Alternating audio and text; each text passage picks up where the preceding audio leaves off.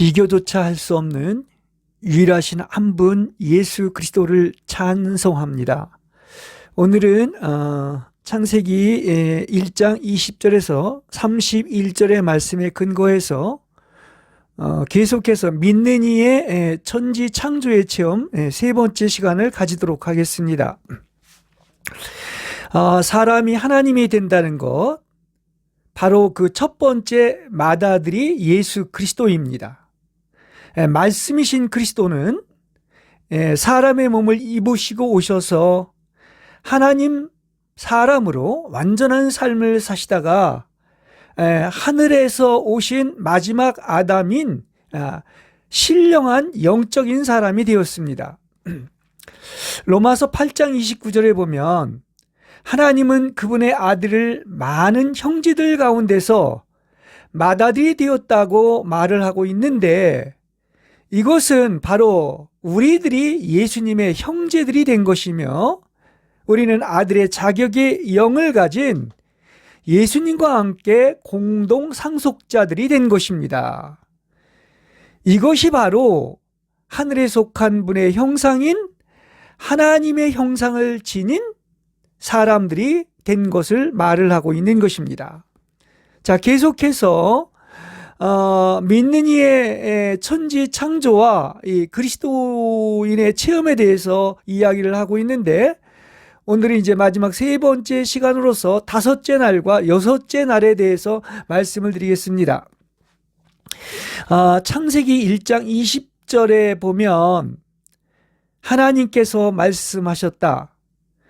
물은 살아있는 동물의 떼가 떼지어서 다니게 하고 땅 위에 열린 창공에는 새들이 날아다니게 하라 말씀하고 있습니다. 그래서 이 다섯째 날은 그 영적인 의미에서 이제 주님이 다시 오실 재림과 이 천년왕국에서 그 왕노릇 하심 그 사이에 있는 날을 이제 말을 하고 있는 것입니다.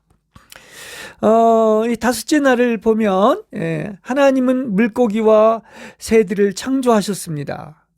자, 물 자체가 물고기를 생기게 할 수가 없고 땅 자체가 새를 만들 수가 없는 것입니다.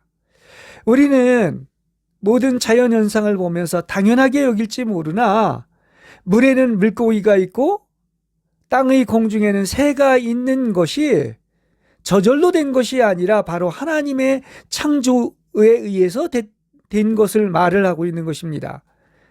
만일에 물에 새가 날고 땅 위에 물고기가 있다면 이것은 참으로 우스꽝스러운 것이 되는 것이지요. 물 만난 고기가 땅 위로 나와 보세요. 생명을 유지할 수가 없는 것입니다.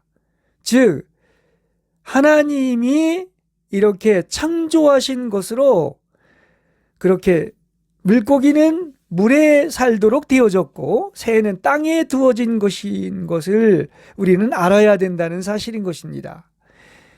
이들은 생명이 있는 것들이고 또 생명의 형식이 이제 그 앞에서 이야기한 식물보다 더 전진된 생명이고 생명의 형식이 다를 뿐인 것을 말을 하고 있습니다. 자, 우리의 생명이 비록 승천의 단계에 도달했지만 아직 우리는 여전히 사람이고 이 땅에 살고 있습니다. 그래서 이 땅에 사는 동안 이제 우리의 몸에서 하나님의 생명이 표현되어야 합니다. 그래서 이제 하나님은 그분의 말씀으로 가르침으로 말미암아 이제 우리의 혼과 육신 안에서까지 하나님의 생명을 나타내십니다. 자, 우리가 아는 것처럼 우리는 이제 사망의 물에서 땅이 드러났다고 그랬습니다.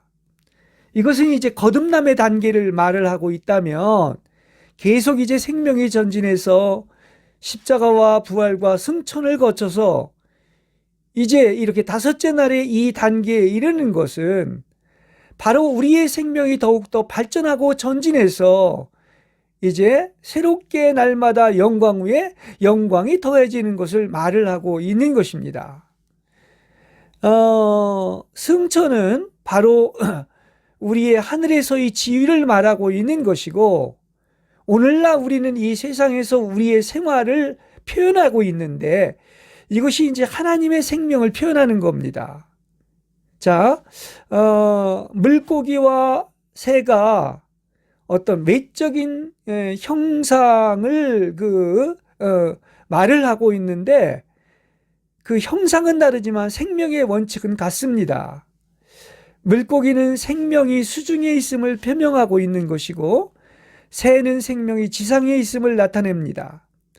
본래 우리가 이제 창세기 1장 1절부터 본 것처럼 아름답게 창조된 완벽하게 창조된 하늘들과 땅이 심판을 받아서 이제 물로 덮여 있었고 생명이 없었지만은 이제 무시 드러나고 또 하나님이 새로운 생명으로 재창조하여 드디어 우리의 생명에도 어떻습니까? 하나님이 들어왔고 우리의 영 안에, 그래서 우리는 거듭나게 되었고 또 계속해서 우리는 전진한 후에 승천하고 이제 하나님의 생명은 우리의 영에서 혼으로 또 혼에서 이렇게 육신 안에 표현되고 있다는 것을 알 수 있는 것입니다. 이 말은 무슨 뜻이냐고 하면 이제 우리의 영에 하나님의 생명이 들어와서 거듭나 있고 이제 하나님의 생명은 이게 혼과 육신 안에 있는 것이 아니라 혼과 육신 안에까지 하나님의 생명이 표현되고 있다는 이 말인 것입니다. 그래서 하나님의 생명으로 가득 채워지고 번성하는 것이 바로 축복받은 증거인 것입니다. 자, 이제 우리는 이 생명의 발전 과정을 보면서 이제 마지막 6째 날에 대해서 말씀을 드리겠습니다. 이 6째 날은 이제 전반부와 후반부로 나뉘는데 이제 전반부는 땅 위의 생물이 지음받은 것은 이게 전반부에 해당이 되는 것입니다.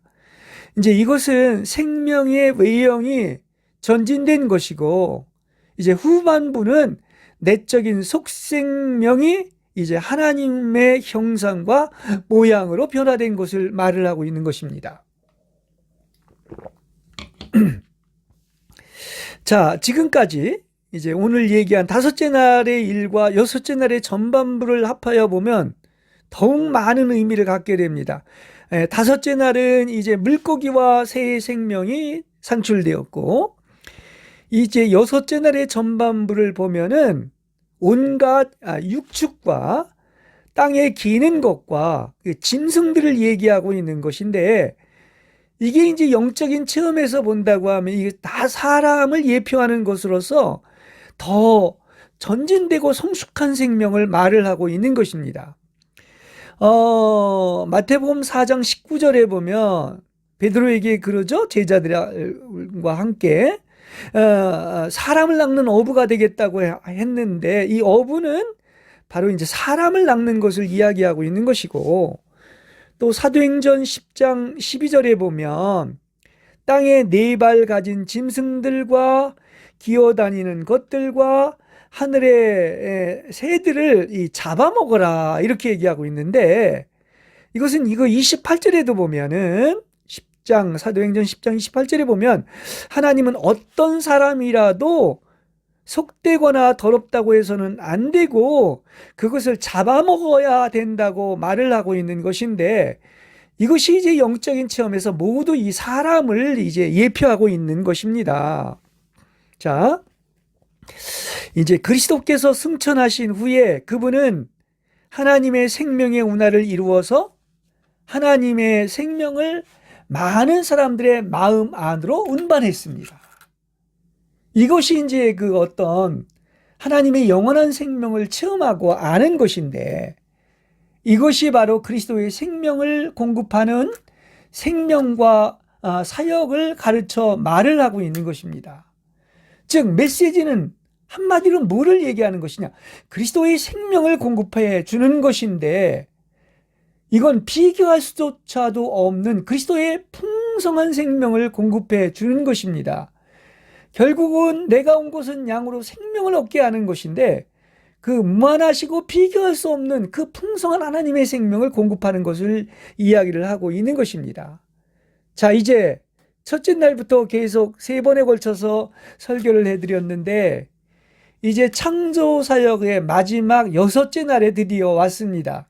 그것도 전반부가 아니라 후반부가 왔는데 그게 이제 바로 오늘 본문인 창세기 1장 26절에서 27절의 말씀입니다. 요약해서 얘기를 한다면 하나님은 이제 무엇을 얘기하고 있느냐고 하면은 그분 자신의 형상과 모양에 따라 사람을 만드셨다고 이야기를 하고 있는 것입니다. 이 말은 이제 사망의 물에서 묻이 드러나고 또 식물이 이제 나타나게 되었고 또한 나가서 새와 물고기의 생명이 나타났고 또 동물의 생명이 나타났고 제일 마지막엔 드디어 이제 하나님의 형상과 모형으로 완성된 이 사람을 창조하고 있는 것을 이야기하고 있습니다. 이것은 드디어 하나님의 목적이 이루어지는 것으로서 이제 드디어 천년왕국의 혼인잔치에 함께 그리스도와 함께 참여하기 위하여 이제 무엇로 이끄느냐고 하면 이게 완성되면 이제 그리스도께서 다시 오심, 다시 말하면 재림으로 이끌고 있는 것입니다. 그래서 우리 믿는 성도들은 이제 거듭나게 되었고 이게 지금 6째 날까지의 과정이죠. 또 함께 십자가에 못 박혔고 또 그리스도와 함께 부활했고 또 열매 맺었고 또 승천했고 그래서 이렇게 생명을 표현하는 이제 여러 영적 노정의 과정과 일치된다. 다시 말한다고 하면 천지창조의 과정은 우리의 어떤 영적인 성장의 어떤 과정과 일치된다고 이야기를 하고 지금 말씀을 드린 것입니다. 그래서 이제 여러 영적 노정을 거친 후에 즉 달려갈 길을 다 달린 후에 이제 하나님과 완전히 같은 단계에 도달하게 되는 것이죠. 그렇습니다. 이게 이제 갈라디아서 4장 19절의 말씀대로 여러분 속에 바로 뭐죠? 창세기 1장 26절 27절의 말씀처럼 그리스도의 형상이 이루어지기까지 나는 다시 여러분을 위하여 해산하는 진통을 겪습니다. 이렇게 얘기하고 있습니다. 뭐가 이루어질 때까지? 그리스도의 형상이 이루어지기까지인 것입니다. 그래서 이렇게 드디어 그리스도의 형상과 모양이 이루어지는 것이 바로 뭐다? 영성의 목표다. 그래서 하나님께서 그야말로 어전의 일을 통하여 이제 최후의 하나님의 경륜과 목표인 그리스도의 형상과 모양이 이루어지는 우리가 사람을 창조하자고 이렇게 이야기를 한 것입니다. 자, 우리가 이제 여러 일들에서 그리스도와 연합하여 이제 그리스도가 이루신 모든 것을 우리의 것으로 체험하게 된다면, 다시 말하면 제가 자주 얘기한 것처럼 이것이 이러한 어떤 주관적인 체험에 대해서 실제가 된다면 우리는 비로소 주의 형상으로, 하나님의 형상으로 변화되게 된 것입니다. 자, 성경에는 이것을 여러 군데서 말을 하고 있는데, 예를 들어서 에베소서 4장 22절에서 24절에 보면 너희는 썩어져가는 구습을 쫓는 옛사람을 벗어버리고 오직 심령이 새롭게 되어 하나님을 따라 의와 진리의 거룩함으로 지으심을 받은 새 사람을 입으라고 이야기를 하고 있는 것입니다. 이제 이게 그리스도의 형상과 모양이 이렇게 이제 완성된 것을 이야기를 하고 있는 것입니다. 자, 근데 여기에서 한 가지 우리가 깊이 좀 생각할 것이 있습니다. 이렇게 사람은 변화돼서 완성돼야 되는데 이 혼의 영역인 생각은 이건 영적인 전쟁터입니다. 우리가 행위와 생명에서 이제 거룩하고 의로운 생명이 되어야 합니다. 그런데 한 가지 지금 얘기하고 싶은 것은 그렇다고 해서 생각에서까지 새롭게 된 체험이 있는 것은 아닙니다. 이렇게 우리의 생각이 완전히 새로워지는 것이 중요합니다. 이제 이게 소위 생각의 혁명이 일어나야 되는데 결국은 이것은 무슨 생각을 가져야 된다? 그리스도의 생각과 같아져야 되는 겁니다. 그래서 이것이 바로 그리스도의 생각을 갖는 것입니다. 이래야만이 완성되는 것이고, 또한 모든 사람에게 이렇게 그리스도가 어떤 생각을 가지고 있는지 가르칠 수가 있는 거예요. 이렇게 견고한 지닌 생각이 가장 견고하고 깊고 오염된 부분이기 때문에 이렇게 생각이 어떤 생각으로 가져야 된다? 바로 하늘의 생각인 그리스도의 생각으로 변화되어야지만이 하나님의 형상이 회복된 것이고 완성된 것이다. 이렇게 이야기를 할 수가 있습니다. 그래서 생각이 이렇게 중요한 거예요. 이 견고한 진인 이 마지막 최후에 완성되어야 될 부분이 바로 이 부분인 것입니다. 그리고 또한 우리가 알아야 될 것은 우리가 이제 완덕에 이른다, 완전히 이른다 이렇게 얘기를 하고 있는데, 이것이 실제적으로 하나님의 형상이 완전히 회복되는 때는 역시 주 예수님이 다시 오시는 때인 것을 이야기를 하고 있습니다. 요한 1서 3장 2절을 보면 우리가 장차 어떻게 될 것은 아직 나타나지 않았지만 그분께서 나타나시면 우리도 그분과 같아지리라는 것을 우리가 압니다. 이렇게 얘기하고 있는 것입니다. 그래서 제가 이렇게 어떤 전진된 복음을 전하는 것은 어디까지 가야 된다? 반드시 만덕에 이르는 그리스도와 이렇게 하나 되는, 내가 완전한 것처럼 너희도 완전하고 내가 거룩한 것처럼 너희도 거룩해져야 한다고 하는 여기까지 가야 되는 것입니다. 성경은 이것을 얘기해 주고 있는 거예요. 그리고 또 1장 26절 28절의 포인트 중에 하나가, 성도들은 하나님의 형상을 얻어야 할 뿐만 아니라 또 모든 것을 다스려야 합니다. 거기 그러죠? 통치하고 정복하라, 모든 것들을. 그러니까 이걸 이제 다스리는 것이라고 말을 할 수가 있는데, 이 다스리는 특권은 왕에게 주어지는 특권인 것입니다. 다시 말한다고 하면 이기는 자, 즉 신부들은 천년 왕국 혼인잔치에 들어가서 예수님과 함께 공동왕이 되어서 여러 고을을 다스릴 권세를 얻게 된다는 이야기인 것입니다. 여러분, 신부들이 우주와 행성을 다스린다는 것을 여러분은 아십니까? 하여튼 저는 종종 이야기를 하지만 제가 전하는 것은 아마 여러분이 설교를 계속해서 들어보면 알겠지만 다른 데서 얘기하는 것이 없습니다. 다 성경에 있는 것만을 가지고 전하고 있는 것입니다. 계시록 20장 4절에 보면 그리스도와 더불어 1000년 동안 왕노릇한다 이런 말이 나오고요. 또 누가복음 19장 17절에 보면 이렇게 상을 받을 자들에게 10고을을 다스릴 권세를 준다 이렇게 이야기를 하고 있는 것입니다.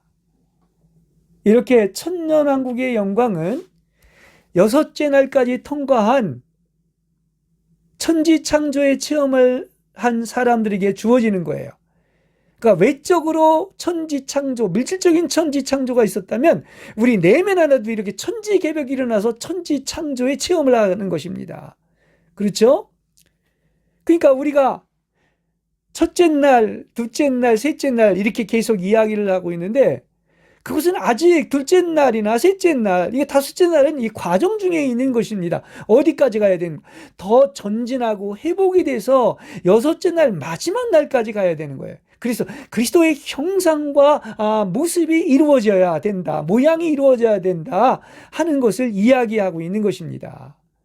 다시 말한다고 하면 이 여섯째 날의 마지막 후반부인 하나님의 형상과 모양이 이루어지는 데까지 가야지만이 완전해진 것이고 이제 상이 주어지는 것을 이야기하고 있는 것입니다. 그러니까 제가 제 책에도 썼고 또 그리스도와의 거룩한 연합이라는 말을 자주 쓰는데, 이것이 바로 그리스도와 결혼 생활을 통하여 한 몸이 되었다고 하는 거죠. 그 요한복음 14장에서 17장이 신부의 복음이라고 하는 건데, 이것은 아버지가 그리스도 안에, 그리스도가 또한 아버지 안에, 또한 그리스도가 우리 안에, 내가 그리스도 안에 있는 완전한 한 몸 된 것을 우리한테 이야기해 주고는 신부의 복음인 것입니다. 그러니까 이게 구원은, 예수 믿는 것은 이게 값없이 구원을 얻은 것으로서 이것은 출발인 것입니다. 이제 겨우 출발한 것을 얘기하고 있는 거예요. 그럼 구원이 시작됐기 때문에 구원을 완전히 이루는 것까지 가야 되는 것인데, 이것이 또 다른 복음 베드로 후서에도 나와 있는 것처럼 믿음의 결국인 혼의 구원을 얘기하고 있는 거예요. 그렇죠? 이것은 구원의 완성으로 구주와 함께 왕이 되는 것은 그냥 되는 것이 아니라 마지막 여섯째 날 후반부까지 가야 되는 것이고, 여기에는 충성과 고난과 승리를 얻기 위해서 반드시 값을 지불하고 대가를 치르는 것입니다. 자, 그래서 여기 막 어떤 반복되는 단어가 나오는데, 계시록 3장에도 보면 거기 그렇게 얘기합니다. 불에 재련한 금을 사라고 그랬어요. 여기도 산다는 말이 나오고요. 또 흰옷을 사서 입으라고 얘기하고 있고요. 또 안약을 사서 눈에 바르라고 그랬습니다. 또 잠언에 보면은 진리를 사고서 팔지 말라. 지혜와 교훈과 명철을 사라고 합니다. 그렇습니다. 여기 지금 다 사라고 하는 말이 바로 이 얘기를 하고 있는 거예요. 마태복음 25장의 이 열처녀의 비유에서도 보면 처녀들은 다 등에는 기름이 있었습니다. 영에는 기름이 있었죠. 거듭났어요. 근데 이거는 시작입니다. 이 그릇은 혼을 얘기하고 있는 것인데, 여기에 여분의 기름이 없음으로 말미암아 뭐라고 그럽니까? 기름을 파는 사람들에게 가서 여러분을 위하여 사십시오. 여기 사라는 말이 반복해서 나오는데, 이것은 반드시 값을 지불해 가지고 대가를 치러야 된다는 것을 이야기하고 있는 것입니다. 이래야 완성이 되는 것이지요. 그렇습니다. 그래서 제가 반복해서 말씀드린 것처럼 반쪽짜리 복음이 돼서는 안 됩니다. 완전한 복음이 되어야 되는 것인데, 이렇게 구원의 완성인 다른 것은 다 잃고 무가 되고 그리스도만이 100% 전부가 되어야 한다고 한 것이며, 이것은 그야말로 좁은 길로서 겨우 주님과 나 혼자만이 함께 걸을 수 있는 유일한 길인 것입니다. 구원은 값없이 주어졌지만 만일에 이것이 완주하는 데까지 공짜라면 누구나 갈 수 있을 것입니다. 그래서 계속해서 여기까지 가야 되는데, 이거는 적은 수고 소수라고 한 이유가 여기에 있는 것입니다. 그러니까 우리는 그리스도를 본받아야 되고 그리스도처럼 살아야 되는 것입니다. 그리스도처럼 모든 것을 잃고 오직 그리스도만 남아야 되고, 버려야 되고 비워져야 되고 비천해지고 자아에서 이탈할 수 있는 것은, 이것은 오직 하나님의 은혜와 긍휼이 임한 증거인 것입니다. 할렐루야. 자, 그리고 이제 마지막으로 또 거기 먹을 것을 또 얘기를 하고 있습니다. 이렇게 성경 얘기는 먹는 얘기예요. 하늘의 양식에 대한 얘기인 것인데, 오직 그 생명이 있는 것만이 우리의 양식이 될 자격이 있는데, 계시록 2장 7절이나 17절에 보면 이런 얘기를 하지요. 이기는 그에게는 내가 낙원에 있는 생명나무의 과실을 주어 먹게 하리라, 이렇게 얘기하고 있고요. 또 이기는 그에게는 내가 감추었던 만나를 준다 하는 이런 얘기를 하고 있습니다. 이게 뭐를 얘기하고 있는 것이냐? 진짜 먹어야 될 것은 우리가 생명을 먹기 때문에 살고 있는 것인데, 진짜 먹어야 될 양식은 바로 누구를 얘기하고 있느냐고 하면, 그 먹고 마시는 유일한 양식이 주 예수 그리스도를 얘기하고 있는 것입니다. 그렇습니다. 근데 왜 이런 얘기를 하고 있느냐고 하면은, 죄송한 말이지만 이 말씀의 홍수 속에 살아가지만은 물이 없어 가람이 아니고 양식이 없어 배고픔이 아니라 먹을 만한 하나님의 양식이 없어 죽는 것입니다. 이건 아주 심각한 것입니다. 많은 사람들이 메시지를 전하고 하나님을 안다고 하지만 정작 본인들은 몰라요. 본인들이 소경인 것을 모릅니다. 예. 그 바울이 배설물이라고 이렇게 얘기를 하고 있는데, 그리스도 아닌 것들은 다 배설물이나 지푸라기나 쭉정이나 그냥 가장자리나 이 변방에 머물고 있는 것들입니다. 이것은 영혼을 죽이는 것에 불과한 겁니다. 왜 이게 이렇게 중요하냐고 하면, 이렇게 말씀을 사역한다는 것은 사람을 죽이기도 하고 살리기도 하는 것인데요. 그렇기 때문에 말씀을 전하는 자의 부담은 아주 막중한 것입니다. 이 얘기를 반복해서 드리는 것은 정말 안타까워서 긍휼의 마음에서 하는 말씀인 것입니다. 바른 복음, 바울이 말한 십자가에 못 박히신 예수 그리스도 외에는 다 다른 복음이라고 이야기를 하고 있습니다. 이 바울이 이렇게 심한 얘기를 한 거예요. 바울이 이렇게 말한 개들에게 던져주는 찌꺼기, 쓰레기, 오물이 바로 배설물인데, 원어를 찾아보면 이것은 개가 먹는 것이로서 그것은 바로 똥을 의미하는 거예요. 그게 바울이 배설물이라고 이야기를 하고 있는 것입니다.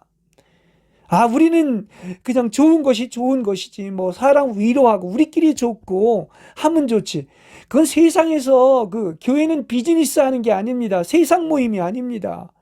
거룩한 불이 임하는 것이고 하나님의 말씀이 임하는 것입니다.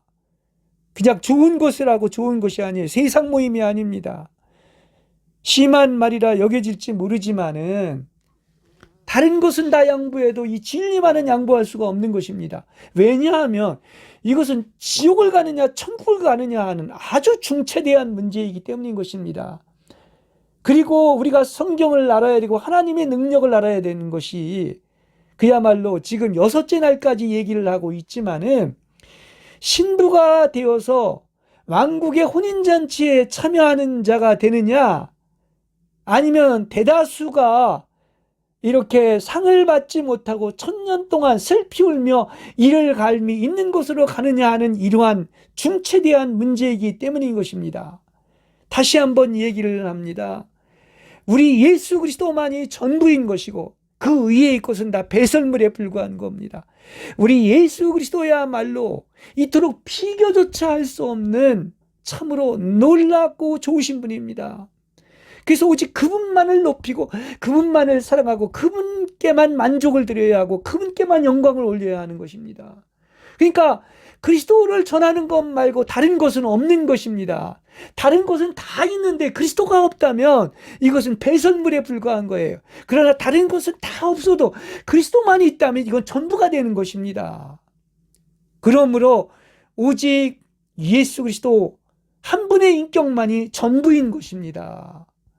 이렇게 주 예수를 먹고 마시는 것만이 유일한 거예요. 이게 영원한 생명을 공급하는 것이고 생명의 양식인 것입니다. 오직 생명을 주시는 분은 누구시다? 그 영이신 예수 그리스도인 것입니다. 그래서 도대체 이렇게 다른 것은 다 배설물이고 오직 예수 그리스도만 전하겠다. 그것도 십자가에 못 박히신 예수 그리스도만 전하겠다고 얘기를 하고 있는데, 그것 외에는 다른 복음이라고 했습니다. 여러분, 그리스도만으로가 무엇인지를 아시는 여러분이 되시기를 주님의 이름으로 간절히 축복합니다.